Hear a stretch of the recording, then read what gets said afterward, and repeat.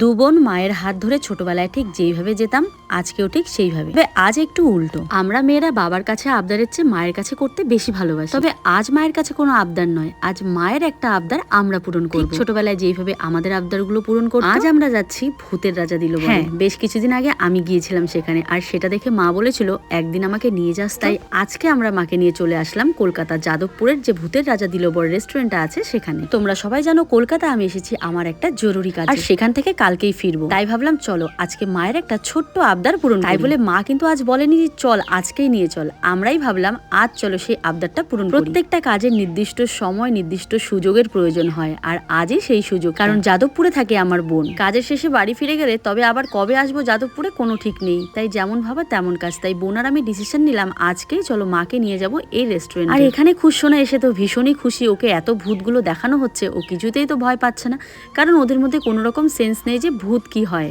তাই ও একদম ভয় পাচ্ছে না, টুকুটুকু করে এদিক আর ওদিক খালি দেখে বেড়াচ্ছে। তারপর ভাবলাম চলো মায়ের হাতে মেনু কার্ডটা তুলে দেই। মায়ের হাতে মেনু কার্ড দিতেই মা বলছে আমি কিছু জানি না, তোদের যা মন চায় তাই কর। তবে বাড়ি থেকে আসার আগে খুব বলছিল যদি যাই তাহলে ইলিশ খাবো, তাই মার জন্য নিয়ে নিলাম একটা ইলিশ থালি, আর আমাদের জন্য হচ্ছে গুপির থালি।